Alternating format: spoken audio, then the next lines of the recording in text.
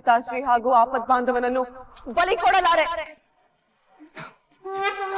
ಸಾಯುವುದಾದರೆ ನಾನೇ ಸಾಯುತ್ತೇನೆ. ಸರಿ, ಹಾಗಾದರೆ ಮರಣ ನಿನಗಾಗಿ ಕಾಯುತ್ತಿದೆ, ಸಿದ್ಧಳಾಗು.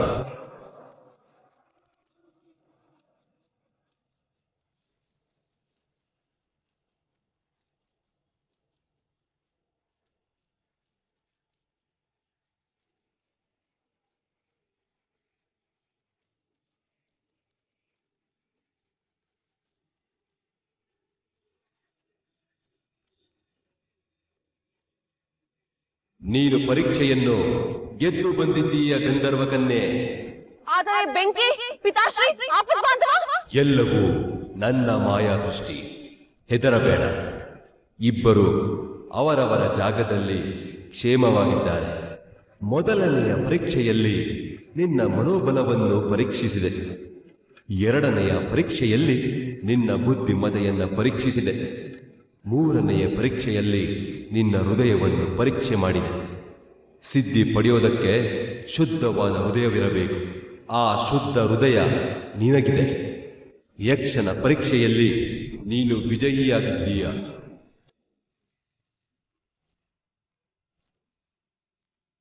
ಈ ಪಾತ್ರೆಯಲ್ಲಿ ನದಿಯ ನೀರು ತುಂಬಿ ಆಕಾಶದಲ್ಲಿ ಚಂದ್ರ ಪೂರ್ಣವಾಗಿ ಕಾಣಿಸಿದ್ದಾಗ ಯಕ್ಷ ಮಂತ್ರ ಪಠಿಸು. ಚಂದ್ರನ ಬಿಂಬ ನೀರಿನಲ್ಲಿ ಕಾಣಿಸಬೇಕು. ಆಗ ಆ ಪ್ರತಿಬಿಂಬದಲ್ಲಿ ನಿನಗೆ ರಾಜಕುಮಾರ ಕಾಣಿಸುತ್ತಾನೆ. ಧನ್ಯವಾದ ಯಕ್ಷರಾಜ. ಅವನನ್ನು ನಿನ್ನ ಬಳಿಗೆ ಕರೆಯುವ ಶಕ್ತಿ ನಿನಗೆ ಯಕ್ಷ ಮಂತ್ರದಿಂದ ಲಭಿಸುತ್ತದೆ. ನಿನ್ನ ನಿಷ್ಠೆಯಿಂದ ನಾನು ಸಂಪ್ರೀತನಾಗಿದ್ದೇನೆ. ಮುಂದೆಂದಾದರೂ ನಿನಗೆ ಅಗತ್ಯವಿದ್ದಾಗ ಯಕ್ಷ ಮಂತ್ರ ಪಠಿಸಿದರೆ ನಾನು ಪ್ರತ್ಯಕ್ಷವಾಗಿ ಒಂದು ವರ ನೀಡುತ್ತೇನೆ. ಒಂದೇ ಒಂದು ವರ. ನನ್ನನ್ನು ಒಂದೇ ಬಾರಿ ಕರೆಸಬಹುದು. ಬುದ್ಧಿವಂತಿಕೆಯಿಂದ ಪ್ರಯೋಗಿಸು. ಇಂದು ಪೌರ್ಣಿಮೆಯ ರಾತ್ರಿ. ಇಂದೇ ಶಾಸ್ತ್ರವನ್ನು ಮುಗಿಸಿಬಿಡು. ಇದು ನಿನಗಿರುವ ಒಂದೇ ಅವಕಾಶ. ವ್ಯರ್ಥ ಮಾಡಬೇಡ. ನಿದ್ದೆಯ ಸಮಯವಾಯಿತು. ನಾನಿನ್ನು ಬರುತ್ತೇನೆ.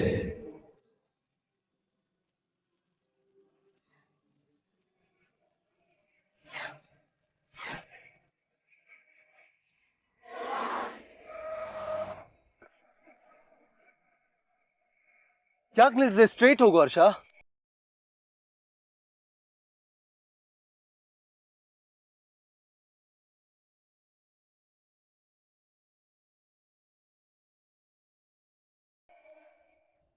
ಇಷ್ಟೊತ್ತು ನಿನ್ ಮನ್ಸು ಹೇಳಿದ ದಾರಿಲೇ ಹೋಗ್ತಿದ್ದೆ, ಆದ್ರೆ ಈಗ ಹೋಗಕ್ಕಾಗಲ್ಲಪ್ಪ. ನಿನ್ ಮನ್ಸು ತಪ್ಪು ತೋರಿಸ್ತಿದೆ. ಮತ್ತ್ಯಾಕೆ ಆಮ್ರಪಾಲಿ ಇಲ್ಲೇ ಎಲ್ಲೋ ಇದ್ದಾರೆ ಅಂತ ಅನ್ಸ್ತಾ ಇದೆ ನಂಗೆ. ಇಲ್ಲ ಇಲ್ಲ, ನಾಗಬನದಲ್ಲಿ ಮಾಡಿದ ಮಿಸ್ಟೇಕ್ ಮತ್ತೆ ಮಾಡೋದ್ ಬೇಡ. ನನಗ್ ಹಾಗ ಅನ್ಸ್ತಾ ಇದೆ ಅಂದ್ರೆ ಅದೇ ನಿಜ. ನನ್ನ ಇನ್ಸ್ಟಿಂಕ್ಟ್ ಈ ದಾರಿ ತೋರಿಸ್ತಾ ಇದೆ. ಅಂದ್ರೆ ಇದೇ ದಾರಿ. ನಾನು ಈ ಕಡೆನೆ ಹೋಗ್ಬೇಕು. ಆಮ್ರಪಾಲಿ ಈ ಕಡೆನೇ ಇದ್ದಾರೆ. ಏನ್ ಹೇಳ್ತಿದ್ಯಾ ಪ್ರದ್ಯುಮ್ನ?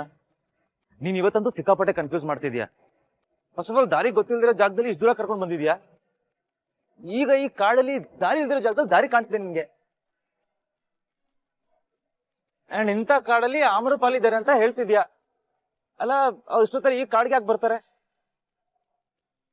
ಅಲ್ಲ, ನೀನ್ ಮಾತಾಡ್ತಿರೋದ್ರಲ್ಲಿ ನಿಂಗಾದ್ರೂ ಲಾಜಿಕ್ ಕಾಣಿಸ್ತಿದ್ಯಾ? ಮೊದಲು ಒಂದ್ಸಲ ಹೀಗೆ ಆಗಿತ್ತು. ನಾನು ಇನ್ಸ್ಟಿಂಕ್ಟ್ ಹೇಳಿದ ದಾರಿ ಕಡೆ ಹೋಗಿದ್ರೆ ಆಮ್ರಪಾಲಿ ಸಿಗ್ತಾ ಇದ್ರು. ಲಾಜಿಕ್ ನಂಬ್ಕೊಂಡು ಇಗ್ನೋರ್ ಮಾಡ್ಬಿಟ್ಟೆ. ಆದ್ರೆ ಇವತ್ತು ಆ ಮಿಸ್ಟೇಕ್ ಮಾಡಲ್ಲ ನಾನು. ಹರ್ಷ, ಥ್ಯಾಂಕ್ ಯು ಸೋ ಮಚ್. ಇಲ್ಲಿ ತನಕ ಒಬ್ಬ ಫ್ರೆಂಡಾಗಿ ಕರ್ಕೊಂಡ್ಬಂದಿದ್ದಕ್ಕೆ thank you so much.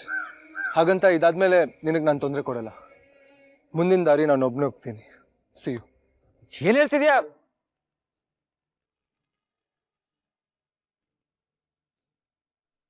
Pradyumna ನೋಡು, ನಿನ್ನ ಜಡ್ಜ್ ಮಾಡ್ತಿದ್ದೀನಿ ಅಂತ ಅನ್ಕೋಬೇಡ. ನಿನ್ನ ಚಿಕ್ಕ ವಯಸ್ಸಿಂದ ನೋಡಿದ್ದೀನಿ. ತುಂಬಾ ಪ್ರಾಕ್ಟಿಕಲ್ ಆಗಿ ಯೋಚನೆ ಮಾಡೋ ನೀನು. ಆದ್ರೆ ಇವತ್ತು ಯಾಕೋ ಬೇರೆ ತರಾನೇ ಆಡ್ತಿದ್ಯಾ. ಕಾಡ್ಗೆ ಹೋಗ್ತೀನಿ ಅಂತ ಹೇಳ್ತಿದ್ಯಾ, ಅದು ಒಬ್ನೇ. ರಿಸ್ಕ್ ಅನ್ಸಲ್ವಾ? ರಿಸ್ಕೇ ಆಗಿರ್ಬೋದು ಹರ್ಷ, ಆದ್ರೆ ನಾನು ಆಮ್ರಪಾಲಿನ ಹುಡುಕ್ಲೇಬೇಕು. ಅವ್ರಿಲ್ಲೇ ಎಲ್ಲೋ ಇದ್ದಾರೆ. ಈ ಕಾಡ್ ದಾರಿಯಲ್ಲಿ ನಡ್ಕೊಂಡು ಹೋದ್ರೆ ಪಕ್ಕ ಸಿಗ್ತಾರೆ. ಲೇಟ್ ಆಗ್ತಿದೆ, ನಾನು ಹೊಡ್ತೀನಿ. ಏಯ್,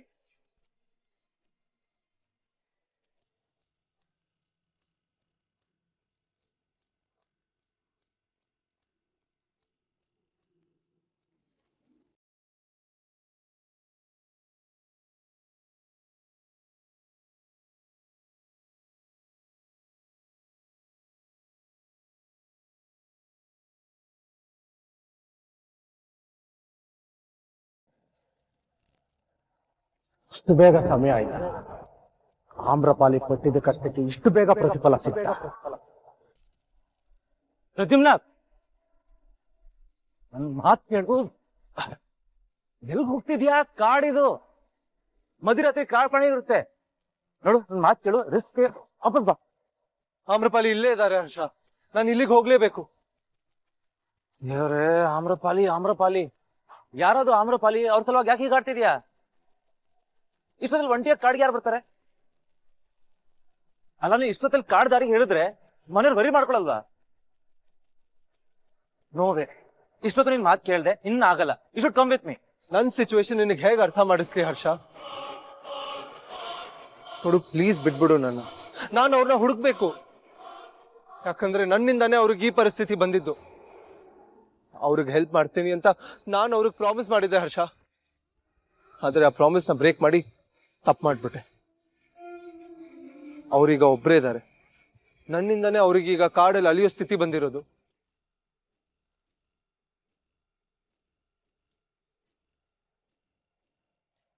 ನೀನು ಆ ಲೋಕದ ಗಂಧರ್ವ ಕನ್ಯೆ ರಾಜಕುಮಾರನ ಮುಖ ನೋಡ್ಬೇಕು ಅಂತ ನಿರ್ಧಾರ ಮಾಡಿದ್ಮೇಲೆ ಬೇಡ ಅನ್ನೋದಕ್ಕೆ ನಾನು ಯಾರು? ಆಮ್ರಪಾಲಿ, ನಿಲ್ಲಬೇಡ, ಬೀಳಬೇಡ.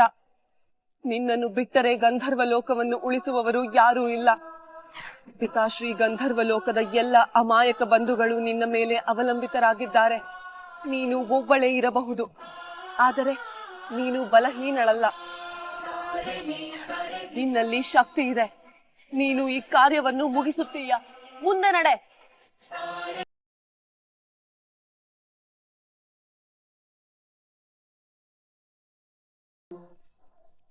ನೋಡು, calm down.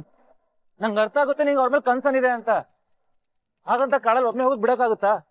I am your friend. Harsha, ನನಗೇನೂ ಆಗಲ್ಲ. I'll be fine. You go, I'll come. ಒಂದ್ ನಿಮಿಷ ಪ್ರದ್ಯುಮ್ನ. ಹರ್ಷ ಪ್ಲೀಸ್, ನಿನಗೆ ಯಾವತ್ತೂ ಹೀಗೆ ಅನ್ಸಿಲ್ವಾ? ನಮಗ್ ಬೇಕಾದವರು ಅಪಾಯದಲ್ಲಿದ್ದಾಗ ಎಷ್ಟು ಸಂಕಟ ಆಗತ್ತೆ ಗೊತ್ತಾ? ಹೃದಯದ ಬಡಿತಾನೆ ನಿಂತು ಹೋಗುವಾಗ ಆಗತ್ತೆ. ಗೊತ್ತು, ಭೂವಿಯವ್ರ ಡೇಂಜರ್ ಇದ್ರೆ ನಾನು ಹೀಗೆ ರಿಯಾಕ್ಟ್ ಮಾಡ್ತಿದ್ದೆ. ಯಾಕಂದ್ರೆ ಅವ್ರು ನನ್ನ ಹೆಂಡತಿ. ಆದ್ರೆ ಈ ಆಮ್ರಪಾಲಿ ನಿನ್ಗೆ ಫ್ರೆಂಡ್ ಅಂತ ಮಾತ್ರ ಹೇಳ್ಬೇಡ. ಅವ್ರ ಫ್ರೆಂಡ್ಗಿಂತ ಜಾಸ್ತಿ ಅಂತ ನನಗೆ ಗೊತ್ತು. ಅದಕ್ಕೆ ಹೀಗೆ ಆಡ್ತಿದ್ಯಾ?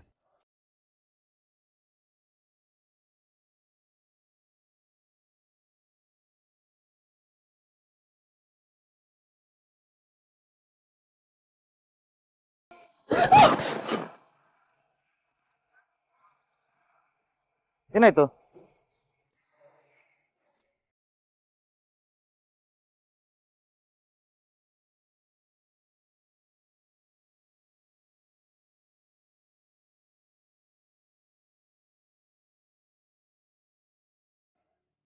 ಏನಿಲ್ಲ, ಕೆಂಡದ ಮೇಲೆ ಕಾಲಿಟ್ಟಂಗಾಯ್ತು.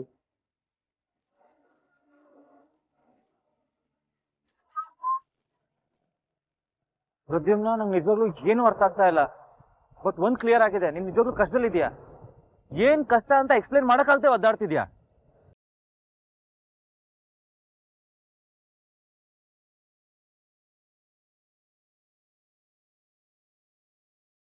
ನೋಡು, ಒಬ್ಬ ಫ್ರೆಂಡ್ ಆಗಿ ನಾವು ಒಬ್ಬನೇ ಹೋಗಕ್ಕಂತೂ ಬಿಡಲ್ಲ. Let's go together.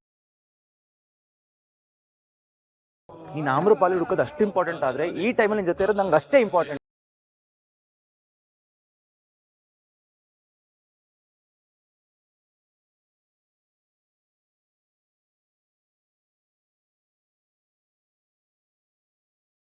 ಸರೋವರಕ್ಕೆ ಹೋಗುವುದಕ್ಕೆ ಬೇರೆ ಯಾವ ದಾರಿಯೂ ಇಲ್ಲ. ನಾನು ಕಾಲಿಟ್ಟ ತಕ್ಷಣವೇ ದಾರಿ ಕೆಂಡದಂತೆ ಸುಡುತ್ತಿದೆಯಲ್ಲ. ಕಾಲು ತೆಗೆದ ತಕ್ಷಣ ಮೊದಲಿನಂತಾಗುತ್ತದೆ. ಇದರ ಅರ್ಥವೇನು?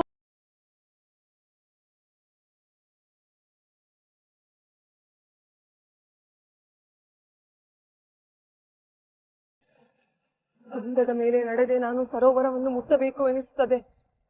ಇರಲಿ, ಬೆಂಕಿಯ ಮಳೆಯೇ ಸುರಿದರೂ ನಾನು ಕೈ ಹಿಡಿದ ಕೆಲಸವನ್ನು ಬಿಡುವುದಿಲ್ಲ.